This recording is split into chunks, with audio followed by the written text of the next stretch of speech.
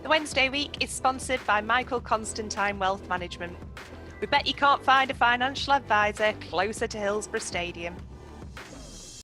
Hello, good evening once again, and welcome to another episode of, I probably fifth or sixth now rated podcast after our effort last week, behind someone else and, a tub of lard or something like that.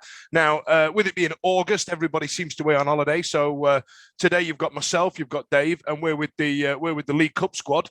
Join us tonight. I've got Blair and I've got Stokie, who's known as Electric Giblets, winding people up on Twitter about Barry Bannan. Blair, you already know. You know what I mean? We're already here. How's it going, Blair? You all right, pal? Really good, mate. It's positive times, isn't it? Finally. It's weird being positive, but you also tend to forget we're in League One, isn't it? You know what I mean? Who cares? Winning just feels good in whatever league you're in. Fair enough. What about you, Stokes? Have you just woke up, mate? Yeah. No, but mainly, I'm just trying not to get too attached to Dennis Adeniran at the moment because after Kieran Lee, I'm not ready to love a midfielder this much again. He's going to replace Kante at Chelsea, mate. Oh, yeah. Can you imagine him and his little cheeky smile just everywhere? He just puts me in a good mood just watching him. He's like Semedo and Kieran Lee combined, and I'm just like, I know it's early days, but he could be my favourite player of all time by the end of this. Yeah, he is brilliant. He is. Well, I tell you what, let's not get ahead of ourselves because in true Wednesday week fashion, which is a complete fabrication and a lie, we've got some breaking news. I tell you what, Blair, we'll come to you about it if you want to break the news, pal. Yeah. It's breaking news, mate. Andre Green has left the club. Yeah. I was at Doncaster. I was at the Rovers game on Saturday, and I think everyone wanted him gone anyway by the sounds of his performance against Doncaster. I don't think he was that bad, but we got a fee for him. He played 15 games. Decent business, really, when you think about it. We've signed 10 wingers, so not too shabby. Now, Dave, this does float a question, doesn't it? That we've got around Andre Green. Do you think that, and I know you know a lot about this topic, do you think he's got stealth Twitter accounts, Darren Moore, just watching what people are saying? You know what I mean? And he's just stealthed in and gone, tell you what, I need to get rid of this kid if I want to win over the fans.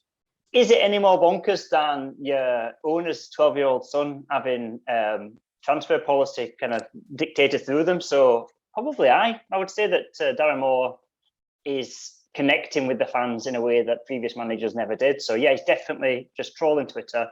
Put whatever signing you want in or out, and Moore will be all over it within 24 hours. You heard it here first. Yeah, it's probably him voting for Dom and James on any poll that goes like, you know what I mean? It's probably Darren Moore doing it. What about you, Stokie? You'd like to see the back of him? I wouldn't say that. I don't think we ever saw the best out of him, really. I think he was playing with a bit of a lack of confidence. And it was like, I always felt there was more to come, but we'll never get to see it now, will we? So, against Doncaster, he definitely saw that lack of confidence. He's almost like scared to beat a man. Yeah. But he can clearly do it. That was literally like his game is taking defenders on. You just weren't doing it. Go on, Dave, you were going to add something. No, I was going to disagree with Stokes there, saying that there was clearly talent there, and at the time we signed him, that's what we hopefully needed, just something a little bit more dynamic because we were so dirge at the time. We have signed a lot of similar types of players, so I think probably all of us aren't going to lose a minute's sleep worrying about what might have been. I'm pretty sure, right? Was he, do you remember when LeBron James was going really bald and all of a sudden his hairline had to come back of the season? And same with Andros Townsend. I might be mixing the two up, but he was a lot bolder when he signed for us, weren't he? Or am I being overly harsh? I can't remember last January. Yeah, to be fair, we were in lockdown. I was pissed from January, so you know what I mean. It's one of the things that we used to give out, boxes to players, and now we just give hair transplants. I think Izzy Brown obviously must have been off the day that they were getting issued out, but Bazza and Stevie Fletcher took advantage, didn't they? Yeah, Izzy Brown, they've got, listen, you've missed transplant day. Here's something from the club shop. I think they just harvest him and put it on other players. Right, listen. Future England captain Izzy Brown for you. Yeah, don't worry about that. Right then, lads. Now, because you're new and because of the time of year it is, we're going to go with another classic Dan Fudge quiz that I say that I'm going to start and do at the end of I'm going to start a new feature that's going to last about 2 episodes. And then I'm going to bin it off. Ones from the early days of the podcast. We used to have Judge Fudge, pull down your chance. I used to put the commentary at the beginning of the episodes. all gone. You know what I mean? I used to do really interesting intros. Not there anymore. You know, because it's a lot of work and I can't be asked. Do you know what I mean? However, I've done the work today. So what now? Would it be in sale time in the Owls Club shop? We're going to hark back. I'm going to ask you the prices of something. Yeah. So I'll go around the room and who goes first, and then the closest to it wins a point. Yeah, simple as that. Now don't forget, it's sale time, and these are sale items. Yeah. Okay, so I'm going to start with 1920 long sleeve home shirt, the 1920 season. Yeah, Dave, As you in go 1920. first. As in 1920. Yeah. It's a retro one. So yeah, the 2019-2020 Elevate long sleeve shirt. Which one was that one? Adult sizes, because obviously it's important. These are adult sizes, correct? These are adult sizes, right? Okay, Yep. 1920 long sleeve adult shirt. Yep. I will say 1999. 1999. Okay, Yes. Blair. Well, 100 years ago. No. 3. I'm confusing. That's on me. I'm sorry. It's the one with the Tetris pattern in it. What you say, the Conor Wickham one, the second Oh, time all round. right. You know what I mean? Yep. 35 quid. 35 quid. Elevate long sleeve home shirt. 35 quid. Right then, Stokes. We've got 1999. We've got 35 quid. What are you saying, Stokes? I'll go somewhere in the middle then, about 23. 23 pounds. Now listen to me. The clue It's the was in the 1920, question. isn't it? It's £19.20. Yes, it is. Yes. That's the point to Dave. So Dave's out. You are Right. leading us. You're leading Welcome us. to some. If you've just joined us, welcome to Shite Radio. This is what's dropping us down the Virtual Wednesday charts. This right, Blair. The 1920 Elevate short sleeve home shirt. It's not 1920 though, is it? It's 19/20 Elevate short sleeve Pro Fit. Oh, I mean that's the one the players wore. Yeah, Pro Fit. But not very good players, unfortunately. There's a bit of background on me and Stokie. We're the ones that have to text each other because we have to buy our shirts from the club shop via online, and we have to text each other about how they come up. You know what I mean? Like, and I think this year, Stokie, we are 3XL with Macron. So, Oh, that's good to know. yeah, bear that in mind. Right then, Blair. Short sleeve home shirt, Pro Fit. 30 quid. £30. We've got £30 from Blair. Stokes. I reckon it's still going to be well up there. About 50. 50 quid, Pro Fit. Dave, there's a lot to unpick there, mate. There's a lot to There unpick. isn't there? Big wheel keeps turning. Right, I'm going to go with, since we've changed times and Mr. Chancellor listens to the fans, I'm going to say £27. £27. So 27. Blair, were you 30 quid? £30, mate. And Stokes, you were 50. Stokes, you were miles off there, pal. It was. So the last one was 1920. Profit 29.20. Oh. So I can't work out the maths on who was closer there. Was it you again, Dave? Yeah. I didn't do the maths, but yes, I won. All right. All right. So we're playing for pride here, lads. Last two questions. We'll just make it quick. Well, weren't them shirts like over 100 when they were new? I think they might have been the That's Profit a ones. bit of a I don't think climb anyone down. brought That's why I any. went Not so still anyone high. brought one. Yeah, nobody wanted one, Stokes. Yeah, you know what I mean? That's Chansiri going, hey, I tell you what, there's loads of fit lads what don't drink beer all around Sheffield. They're all in Profit. They're all going gym nowadays. Let's get them in a Profit shirt. And guess what? We're all fat beer swillers. So sorry, Dave Pond, didn't happen.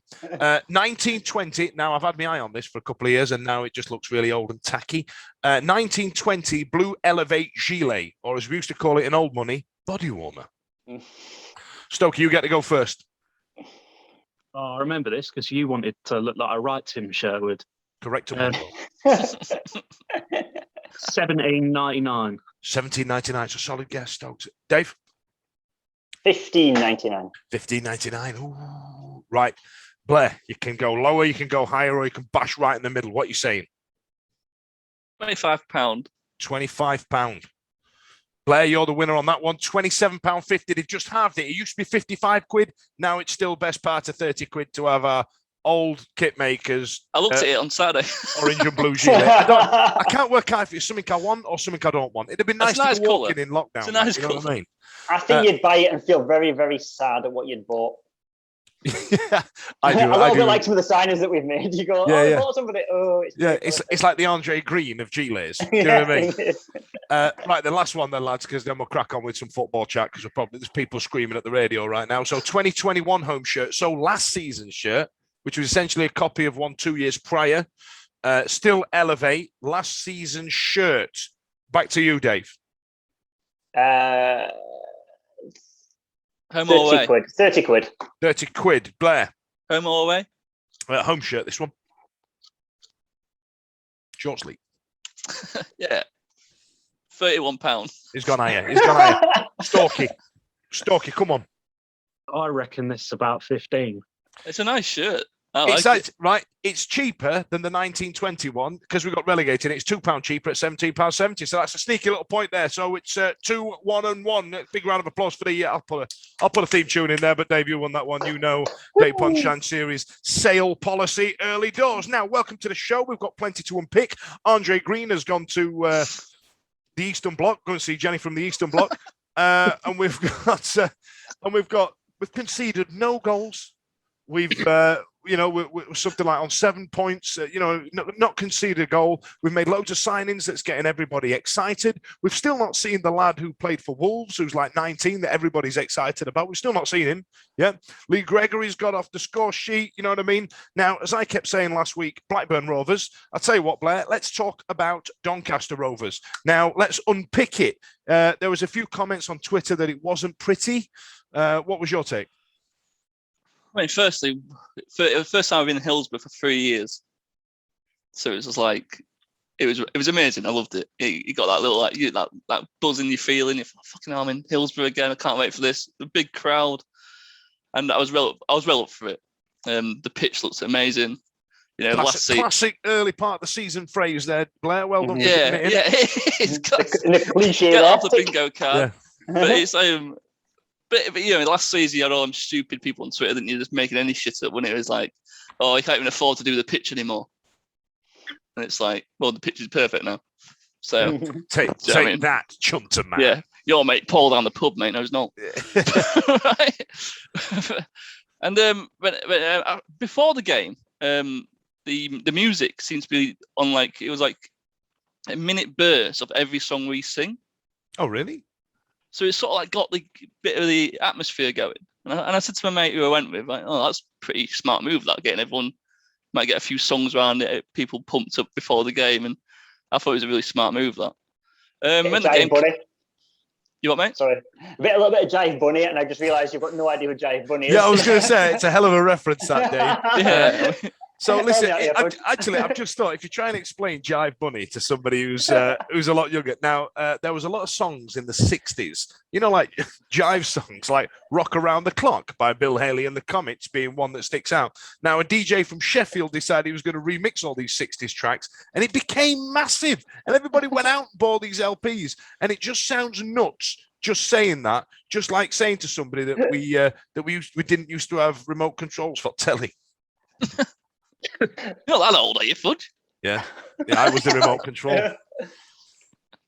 That's why you had kids to go and change the channel. Yeah, pretty much. I mean, the game itself, the moaning behind me was next level. I mean next level. And I felt like turning around going, you've not been for a year and a half through lockdown. We were 15 minutes in, mate, and they were going, fucking hell, this is crap. Come on, Renzi. Our reserves should be beating these. They're crap. These, Renzi, the crap. Absolute crap. Honestly, he was out for 45 minutes till I moved. So I sat in another seat. Well, you actually just buggered off and sat somewhere else. I'm not sitting in front of him again. I just found another seat and everyone just sat there. And it was horrendous. I mean, I heard someone say it was awful. I mean, it wasn't awful. I mean, awful's like how the Taliban treat women. I mean, that's awful. I mean, losing possession in Doncaster's half isn't awful football. It was how you expected. I mean, it's a brand new team. They lost the ball. They tried things. They won it back. I mean, they really battled to win the ball back and to regain possession. All right. And at the end of the day, we won 2-0. So fuck it. Now, all right. So I'll get onto some of the players in just a second with Dave. Now, Stokes, I know you've got quite an issue with the whinging online and the whinging at the games and the way, you know what I mean? What is it that pisses you off the most? Go on. I'm giving you a platform here, Storks, because it stops you texting it. My big problem is just we always seem to pick someone out as a scapegoat and just go at them. And there's a difference between criticising a player who's not playing well and then just having a go because he is that player. Mm-hmm. I mean, there's been so many over the years. I mean, the last one was obviously Pelopessi. Now, I'm not for one saying he's a brilliant footballer because he's not. That's going to be the name of the show. That Stokie says Joey Pelopessi was world class. Leave him alone. Yeah. Well, I'm not saying that at all. But what I am. The thing is, he always tried his hardest when he played for us and put the shirt on. So he deserves our support and not to get the childish abuse he used to get on Twitter with people changing his name. Marvin Johnson will be the boo boy this season. You reckon? Yeah, I think he's really good. I think he's like one of them really hard workers. He'll graft up and down the wing. He probably won't score or assist many goals, which you probably expect from a winger, but I think he'll be really hard working. But you've already seen people on Twitter saying, "Oh, he's rubbish." See, we discussed it last week, though. Is that Johnson? Marvin Johnson. Yeah. I've already seen that with him, and obviously before he left for Slovakia, Andre Green was getting it as well. But there always has to be someone. I don't get it. I don't understand it. Yeah, there was a period before he came our best player and then one of our worst, where Adam Reach was getting absolute pelters. If I remember, I don't want to talk about him. I'll tell you what, he's just beat Sheffield United 4-0. He's buzzing. Now, we discussed this last week, Stokes. We were talking about this type of thing, and we still believe that Liam Palmer, 10 years ago wasn't the most accomplished of footballers. Now he's in the Scotland squad. He's doing his job. He's not directly at fault for goals anymore like he used to be and all the rest of it. Do you not feel like he still gets all that grief because it's Liam Palmer? I do, yeah. I don't understand that at all. I mean, it's over 10 years now. He's been a great servant for the club. He Wednesday night from a lad, wasn't he? And it's I just don't know what certain people want, when they're supporting the football team. Beckenbauer. Yeah, they want Beckenbauer. They want Beckenbauer playing right back for Sheffield Wednesday, or left back for Sheffield Wednesday. I think that's the thing. I think Liam Palmer's problem is he's not Roland Nelson. Yeah, we've got fans with short memories. Now, in terms of the performance, just on last thing on Doncaster, Blair. In terms of the performance, a lot of people were talking that it went a bit stale, it went a bit sour. Did we look a bit sketchy at some point? I mean, Doncaster had a couple of chances. In the first half, but we didn't play this champagne Pep Guardiola football. But I was saying to people around me, saying look, Barcelona under Pep did even better teams from minute 1 to minute 90. There's periods in games where it goes a bit stale, goes a bit scrappy, and you sort of think, getting to half time, and Darren Moore gets into the lads, and we came out a different team second half, and then I heard people saying, yeah, but if we didn't make the changes, we wouldn't have won that game. But that's the whole point of having a bench, isn't it? How many football matches have you seen where a substitution's made a difference? I mean, it's the whole point of them. If he didn't make the changes, nothing would have changed. Yeah, fuck me. That was the sort of moaning they heard. It's just why do you come? Why do you? I don't get it. Get me Dom Howson on the phone now. I think we've just cracked football punditry. yeah, just absolute carnage. But they played well. George Byers, he's a top player. Yeah. When he came on, I had a lot of people going, he changed the game, and I thought, did it? Then when I thought back to it, I thought, because you get used to what people look like, don't you? Body language and stuff, and how they run and stuff. That's how you identify players when you go there, when you go watch it live. And I thought Byers was Bannan passing the ball, but obviously he passed the ball to Bannan for the goal. So I was like, Christ, he must be decent then. If I thought that was Bannan, I just saw this little blonde lad in the middle of the park. So yeah. Yeah, what prescription are them glasses, Blair? I think I need a better one. But now, Dave, have you got anything to add? I mean, in terms of Doncaster, a bit of a nerve settler. You know what I mean? Yeah, it could have been a potential banana skin. I think that given the way we started that game against Charlton, and the amount of new players we were going to have coming in, more learning his preferred lineup, a sort of plan A, if you like. There was always going to be a game was going to be a bit disjointed. I think any win was going to be hard fought. It was going to be something where they had to stay focused and hope to the individual talents of each players were going to be enough to bring them to the fore, as opposed to a flowing game, because you can't expect it. These people have only known each other a short period of time. So any win was going to be like the win that we got. So the fact we went about it in the way that we did is ideal. I think Blair's right.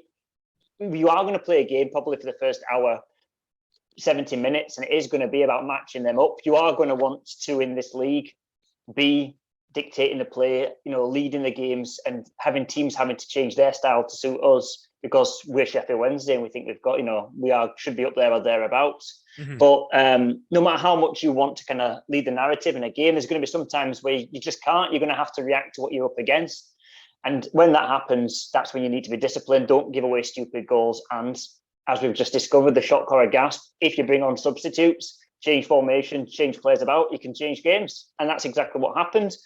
Blair might be able to tell us better. I've read a bit that said that when Byers came on, it changed where Bannan was playing on the park, so that kind of freed him up a bit. Yeah, he sat in Bannan's position, hence. Right, so that's ideal. If your job's to sit on Bannan for the entire game, and then all of a sudden he's now playing 30 yards further up the park, that knackers your opposition when you've already had 70 minutes running in your legs. So I think there's going to be games where we aren't going to be taking a lead 10 minutes in, and it might be the 60th, the 70th, the 80th minute, but ultimately, does it matter as long as we're winning the matches? No. We're looking for ways to beat teams, and that's what works. Give it to Moore. If Moore sees that and that's his game plan, great if we take a lead, as we'll come on to, against Fleetwood in the first 15 minutes, but that's not always going to be the case. Wins is what's going to matter, and so far so good. Well, I'll tell you what then. Before we go on to Fleetwood, welcome to the Wednesday week. Just joined us. I've got Dave, and I've got like I said before, the League Cup squad in Blair, and the guy at the bottom there with the booze and the fags. Kids, if you don't listen in school, thanks for joining us. Sponsored by Michael Constantine Wealth Management. Remember the sponsor this week, so I did really well. Now, Stokes, they were talking about Barry Bannan, and I've been wanting to get you on this show to do your Barry Bannan 8-paragraph, 16 text messages rant that I get every week on a Saturday. Honestly, I work nights, you know what I mean? So I'll get a text message, I'll fall asleep at half time, and I'll wake up and go, Jesus, Stokes, you had a beer or what?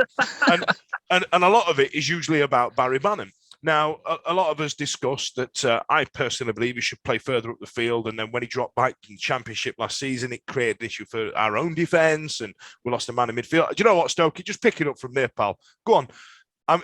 You've got a platform here now, pal, to give your opinion on Bannan and your old man's opinion to literally tens of people. Right. Well, my dad's opinion on Bannan is a lot more hostile than mine. But what I will say is there are some times in games where he causes us more problems than he solves. Expand that. Or just scroll back. Just scroll back until about 2 months ago.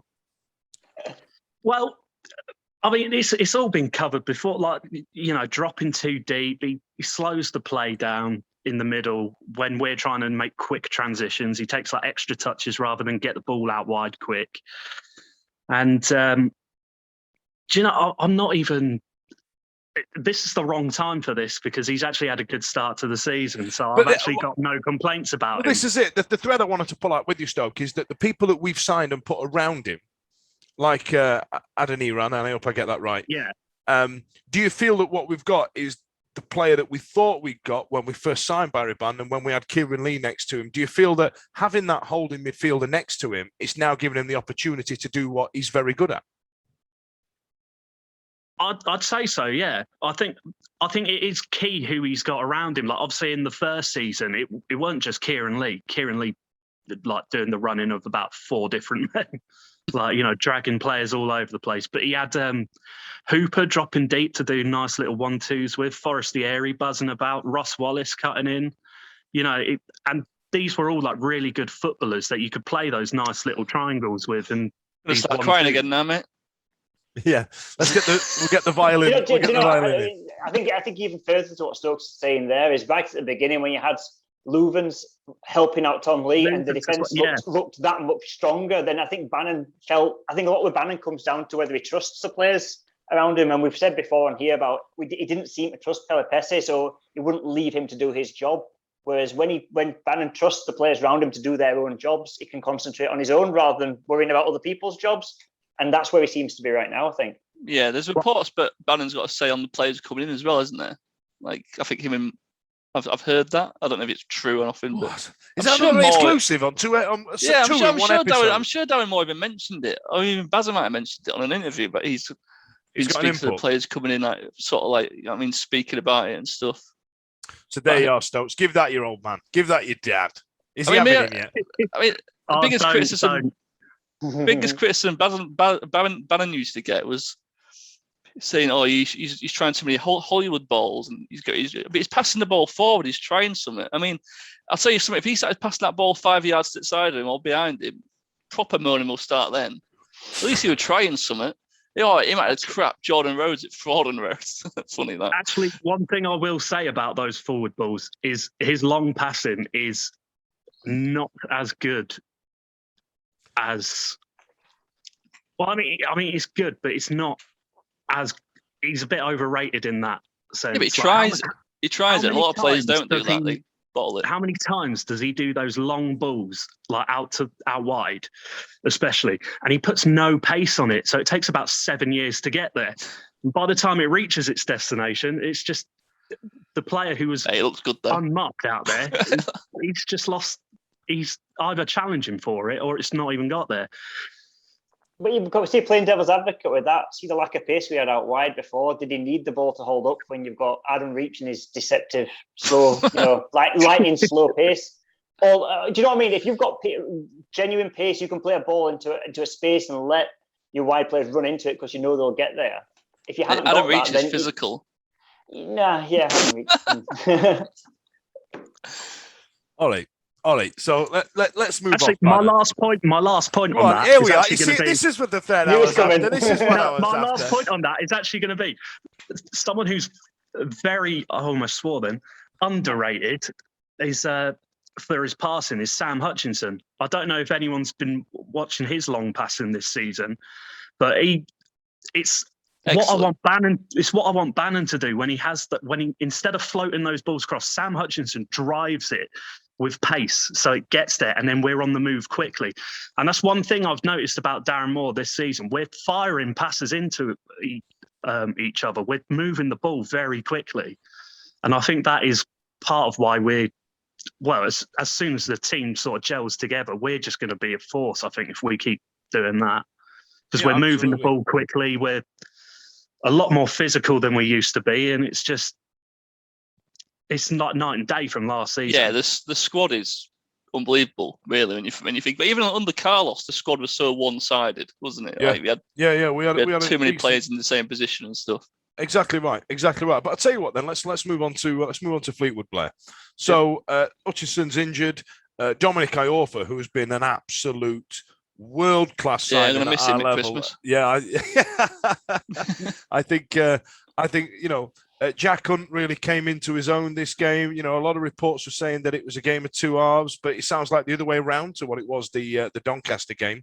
And then I'll come to you, Stokes, afterwards, and we'll talk about how much we're going to miss Sam Hutchinson. But Blair, tell us about Fleetwood. Yeah, the Fleetwood game was what you expect for a Tuesday night game to be, isn't it? Do you know what I mean? It's never pretty, a Tuesday night game. It's very rare you watch a Tuesday night game. It's unbelievable. The last one I can remember being fantastic was that Bristol City one when we came back from 2-0 down. Yeah. Oh, the Arsenal one where we won 3-0, to be fair. That one weren't too shabby. Yeah, that was fantastic. That was before the Bristol one, though. Yeah. What I will say, Jack Hunt was fizzing that ball into Gregory and Canberra, and Canberra was on, and it was exactly what he used to do to Hooper. I mean, Hooper used to drop deep, and he used to it probably maybe have flashbacks to that unbelievable player we had. Mm-hmm. But, yeah, the Fleetwood game was what you expect. I mean, we absolutely slaughtered them for 20 minutes, got the goal. And as soon as he got the goal, I think it must have been come from the bench or something. You got a big game on Saturday. It's almost arrogance in a way, but you knew they'd never break you down. You knew they'd never get one-on-one with the keeper and stuff, and we just starved them to long shots, really. I mean, I think I made the point to one of my mates in the group chat, but we were Fleetwood so many times in the past couple of years where we'd go a goal down and then suddenly we'd look okay in the second half and you go, oh God, one day when's he going to turn it around and stuff? But you're still playing crap, but you just look like you're playing well because the other team's just keeping its shape, keeping you at bay. So do you feel like we were like the big brother holding the little brother by the forehead while they're it was literally like, we've scored, what are you going to do? It's like when you see like the athletics, like the Olympics have just been on. You see like the 100 meters quarterfinals and semi-finals where they just don't try. The good runners are racing against folk that work in bakeries and stuff around about. They're going, I'm going to beat you. I'm going to beat you. They run the first 60 meters and they're like 40 meters ahead, and then they just stop trying. But because they've won. Yeah, that's when Usain Bolt's just pulled off of his outfit down and just strolls over the line. Yeah, he's kind of phone it in. You know what I mean? Now, just one last point about Fleetwood, Blair. We saw George Byers in the middle of the park with Bannan and Wing. What did you reckon? I think he'll start every game now. Yeah, and what about Gregory as well? He's a very composed footballer, isn't he? Mm-hmm. How he passes that ball. I think Wing. When he was at Rotherham last season, my neighbour behind me, he was a big Rotherham fan. He said, put Ring attacking midfielder, and he's unbelievable. But Ring for us, he's just sort of just playing he's just all over, isn't he? Ring. It's just a centre midfielder. Yeah, just a centre midfielder. Just win the ball.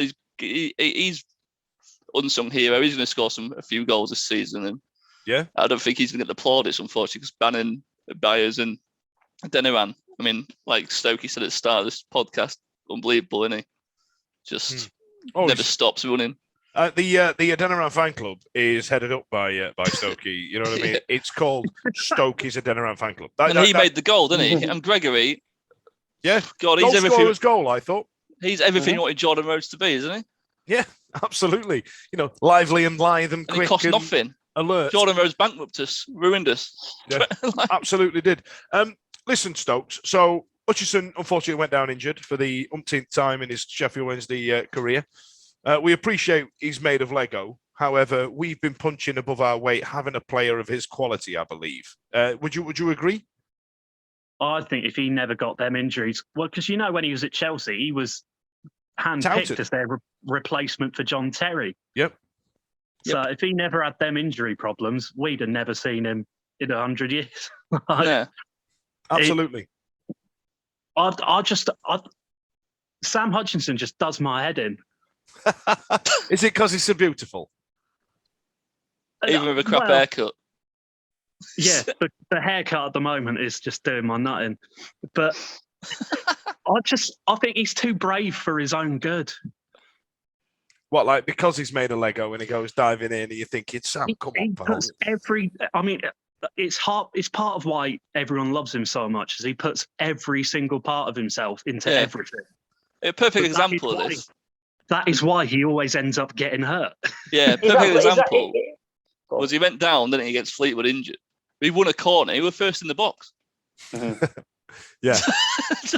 He's never stayed on the ground any longer than it's like the knight from Monty Python with it's a flesh wound. You've got no legs. Just come on, we're taking your torso off. No, it's fine. Just put me in a box. I'll let it in from on my backside. But how great is it to have a player like that? He's like the antithesis of most of the footballers you see nowadays, where minimal contact, staying down, and then you score. I think it was Italy in the World Cup where somebody was looking for a penalty and then magically got up. Sam Hutch is the complete opposite. Yeah, exactly. Insigne it was. But what a great player to have in the team. And Stokes is right. If it's been bad fortune in terms of his injuries early in his career that's meant he's been a Wednesday player, then that's our good luck and good grace that's happened. So it's just great that we've had someone like that. We're lucky that we've got such a good squad, though. So I don't think he. Do you know what I mean? With Dunkley, he's not had the greatest Wednesday career yet, but he's won a League One medal, hasn't he? I think Wigan won the league when he was at Wigan. So I think definitely promotion in there. Yeah. So I mean, you replacing him with another very experienced leader at the back. So we're very, very, very lucky at the moment with the squad we've got for League One. Gibson. Even if Gibson comes in from Everton, plenty of options. Yeah, where the bloody hell is Gibson? But this is what I was going to speak about. So Stokes, Hutchinson's out. Who's your choice for replacement, mate? Your talismanic beauty that's all over your bedroom wall. Well,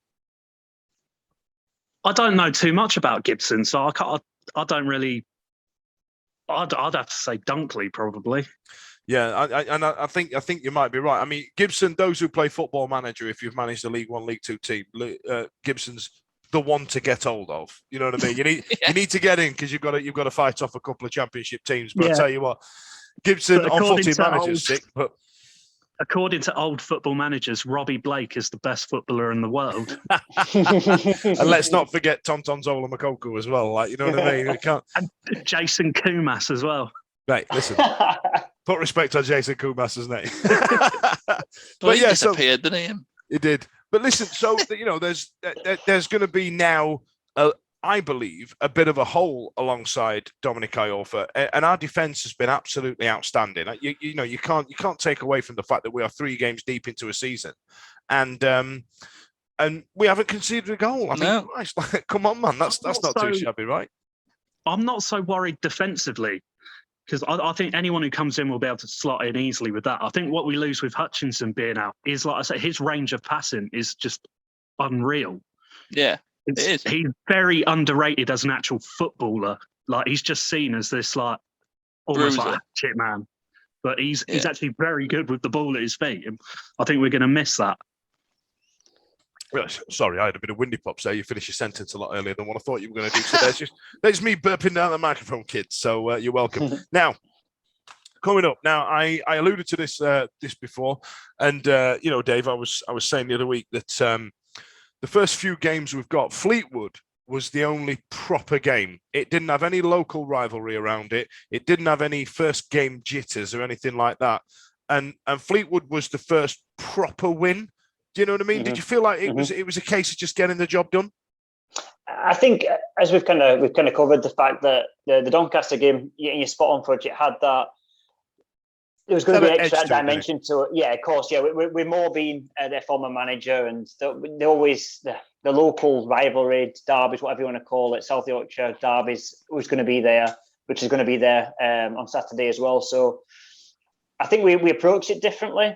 I think having that win in the bank against Doncaster allowed us to approach it differently. And there's going to be games where you're going to have to set up for so I think we'll set up differently. It's an away game anyway against Rovers. We'll set up differently than we did against Fleetwood. So that is the sort of game we're going to get, and we got the result that we were looking for. But I think more teams are going to be more difficult to break down for more of the game than what Fleetwood were. We got the goal early on. I don't think we'll always be afforded that opportunity. So it was good that we got that sort of game, but I would say that more teams are going to be harder to break down for longer, and then it's going to be a matter of whether or not our players can maintain discipline, or for our fans not to get in the back of our players and just trust that we will be able to get the result. So yes, it is a sort of game that we're going to see, but I think we got the goal early on, which we won't see an awful lot of the season. Absolutely. I think you're right, and I'm looking at the fixtures just coming up. So we've got the Rotherham this week. We've got Morecambe the week after away at Morecambe, and then, you know what I mean. These are the sort of things we're going to be doing. And then it's the under-21 thing with the EFL trophy. You've got all that nonsense in Papa John's. But then September starts interesting, and I think that if we get a result in this first game against Sunderland, the first game in September, I think this is going to be an absolute statement of intent into our league chances. Now, lads, obviously, because you're fresh-faced to the show, especially this season, I want to talk to you about our league chances. Do you know what I mean? So in there, you've got your Morecambes, you've got your Fleetwoods, but also in there, Sunderland, Ipswich, Wigan, which we're all playing in September. Now, Blair, come on, man. We're going to win it. 15 points there, isn't there? Yeah, fucking easy. Why not? but joking aside, but why not? Well, no one's got a better back four than us. We've got arguably the best keeper in the league. Another one at Leeds said he was rubbish, by the way. Like they said, Tom Leeds was rubbish, but he seems all right, doesn't he? Old Peacock foul. Yeah, not too shabby. Yeah. Do you know what I mean? What I like about him is that he holds on to the ball. Do you know what I mean? Dawson, Here, have another chance. Just palm it out for him. What about you, Stokes? What about you? What about you in terms of league chances? What's a disaster? What's acceptable? What's going to happen? Heart ruling head and all the rest of it. Well, at the start of the season, I was very, very negative in the summer. This is shocking. This is shocking. I mean, you thought Barry Bannan's bad, so fair play. The state of the club before, let's say in about June, I was thinking, we'd be lucky to survive getting relegated. But everything that's happened since then, and then you just hear like the post-game interviews with Adeniran and then Lee Gregory, and then I'm fired up now. We're going all the way. We're going to win. We're going to win the league. Players openly We're going up as champions. We're not going to concede a goal. We're going to win every single fucking game. I love it. Yeah. Why not? What about you, David? Saturday, though. Yeah, we're not going to concede a goal, but I'm going to win every game. But I think we'll draw Saturday. I tell you what, let's come up to Rotherham. So, I mean, Dave, Rotherham, they hate us like every other team in Yorkshire. Do you know what I mean? Because when people who don't like you and that you don't know who they are or even give a shit about, it means you're successful, right? You know what I mean? It's got to answer. You've got this when you've got people that have prejudged you, have based on absolutely nothing. It's got to be because of some sort of fear. And if you can get that into the heads of your opposition, then that's got to be a good thing. But you need to then take advantage of it. Looking at Rotherham, I presume that their team's not wholly dissimilar to the one that beat us embarrassingly at Hillsborough last season, but thankfully we are massively different in terms of personnel, in terms of positivity around the club, staffing. We just feel like a completely different outfit from our perspective, from a Wednesday fans' perspective. So we need to make sure that we're taking that forward so that any of the sort of remaining players that were there on that embarrassing night where the infamous corner took place that ended up just being a short pass to somebody to score a goal. If you can get someone like Barry Bannan, this is when it's probably useful as a captain to carry over that I've seen the best and I've seen the worst. He's been there at Wembley and he's also been there when we've been rolled over by absolute dross. And he needs to say, well, look, they're going to come here. They're going to think they're going to think they can beat us. We're going to their patch. They've got this chip on the shoulder about us, and we've got to go about professionally and do his job.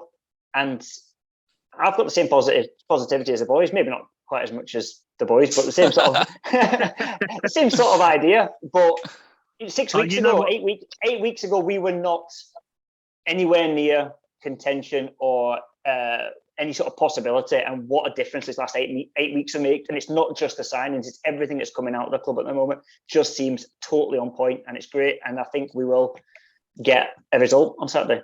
Hey, I'm saying it, Dave. Chancery. I tell you what, he's going to be Stokie, there with the elephants, protecting him in 6 months' time, going, no. Get out of the way from the elephants here, lads. I'm telling you to stay in here. Hey, Stokie, you were going to say something? I was just going to say, yeah, but that's, what Wednesday fans are like. Mm-hmm. It's like everything's all good now. One loss, and then suddenly, I'll be good. I'll be Armageddon. Yeah. Just move seats. Just move seats to a Blair. Yeah, just move seats. To be fair, though, Blair, Armageddon is used differently at Hillsborough. What you have to do is follow it up with the word like pasty or pie, and they're telling you their order at the counter. Yeah. Hey up, John, what are you having? Armageddon pasty. I'm here all week, kids. Thanks a lot. Do you remember jokes when they were funny? Now, in terms of Rotherham coming up, I was just on the back of Dave's point. I googled up their lineup against Morecambe that's coming up, and I thought, yeah, they've probably got a similar squad to last year. Dave's probably right. Well, they ain't got Lewis Wing, have they? And then I looked at it and went, I don't recognise one fucking name on this list. I know the boy Crooks that used to play with them who was quite good. Has gone to Middlesbrough. One brother, Michael Smith's there still. He's scored against us. Who was the big lad that scored the 97th one? Lapidor? Yeah. He's always on their bench. He comes off about 60 minutes every match. Yeah, but they've still got Joe Mattock, so that's nice, isn't it? Yeah, and Lewis Price somewhere. And Richard Wood. Yeah. But yeah, so... Don't mention that name. Why, has your dad got an issue with Richard Wood? No, I've got an issue with Richard Wood.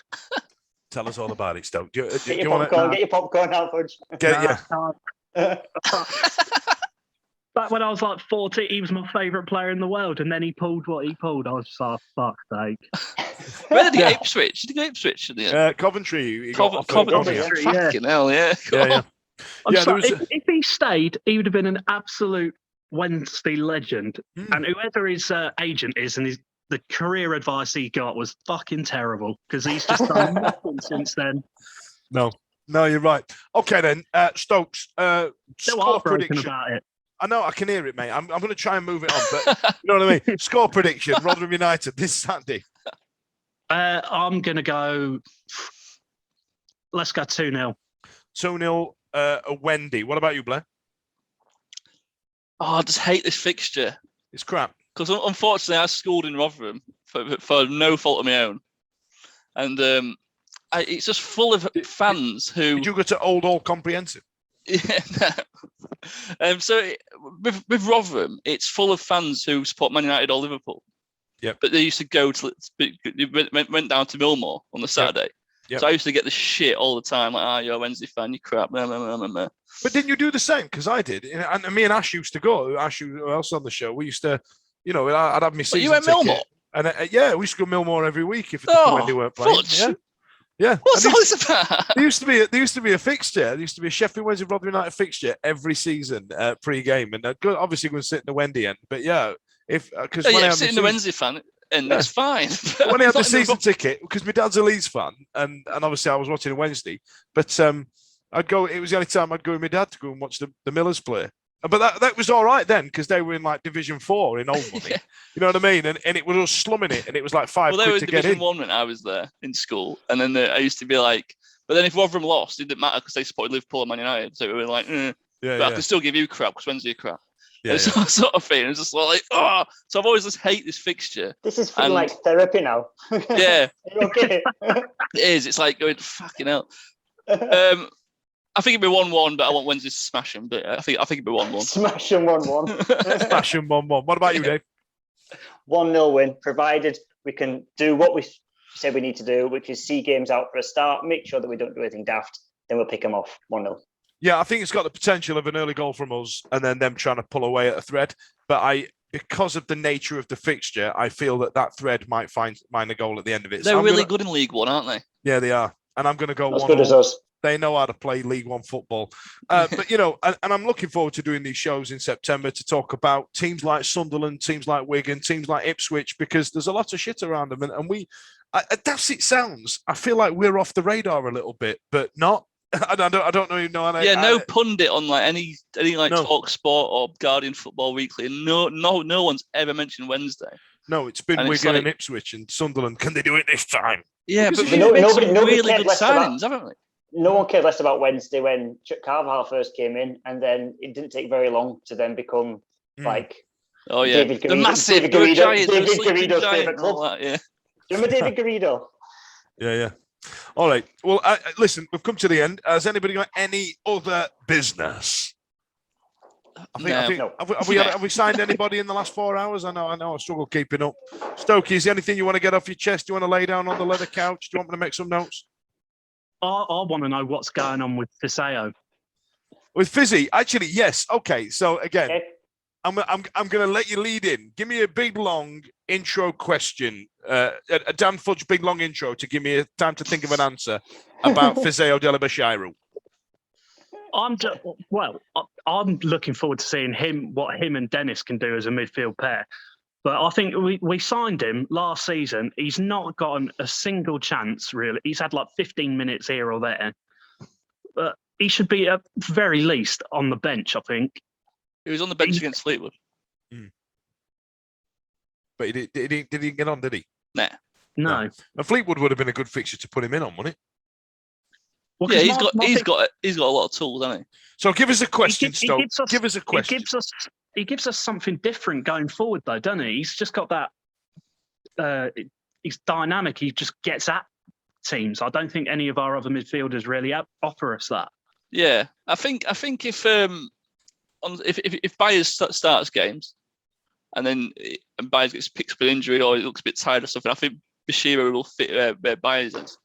He's a definite like-for-like swap on that, is he? Yeah, well, he's a big stag, isn't he? He's gonna just shithouse people in the middle of that park. Do you not think, Fudge, that if there was going to be a place for him in this Wednesday lineup, given the fact that Moore's clearly had free reign to how he's going to design the formation and how he's going to fit people around about it, if he was going to be in place and in plans for Moore's Wednesday going forward, would he not have been?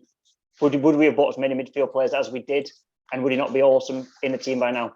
Well, that was going to be my point. It seems like we seem to have signed a lot of people who play in his position. So it kind of suggests, given, like you said, Moore's input into the signings, that he don't really figure into Moore's plans. Does that mean you're going to go around his house, Stokes? I think it's more to do with the fact that he's so young, and everyone's. It winds me up with young players nowadays, where they have to be protected and kept out of the spotlight all the time. He's got something, and I think I'm not saying start him every game. I'm just saying I want to see him more coming off the bench. There's a lot of games in this season though. I think we'll definitely see him. We've got the squad to take up the injuries, the suspensions. I think Wednesday's in a really good place, mate. When it comes to midfielders, if I was him, I'd be worried about not getting my spot back as Luongo. We haven't seen anything from him so I think far. He'll be off by end of August, I think. You reckon? Yeah, I reckon you could probably still get like 500 grand from him or something, even close to $1 million for him. Yeah, he's definitely a quality player, but he's very injury prone, to give it a. He's made of his legs are made of sherbet. Sherbet, again, Lego before he sherbet. joined us, never injured. Well, yeah, that's it, isn't it? But it's like but maybe QPR knew something we didn't. Yeah, I really think that about Abdi as well with Watford. Yeah. Because he played so many games for Watford, and so it's like, have him. Yeah. It's one of those times when we've had Dr. Nick Riviera doing the medicals again, isn't it? It's just. Hey, everybody. Yeah, he can play the football, isn't he? Get him signed up. Dr. Nick says it's fine. Right, all right. Listen, it's been an absolute pleasure. Stokie, Blair, thanks a lot for joining us. Dave, I'll probably see you next week or something. It's been great to catch up with you guys. Stokes, I look forward to your pissed up text messages on Saturday. We'll see how they go, and about how Barry Bannan's rubbish and Fizzy Deli Bashir should be playing every minute of every game. And also my apologies for waking you up to make you come and do this. Blair, it's been an absolute pleasure. Mate. Thanks a lot, mate. Next time, give me a bit of notice so I can, prepare a little bit and not come across a rambling fucking idiot. Stokie, that's what we need on this show. We need more rambling fucking idiots. So listen, in the words of Dave Ponchancho, we'll see you later, kids. The Wednesday week is sponsored by Michael Constantine Wealth Management. We bet you can't find a financial advisor closer to Hillsborough Stadium.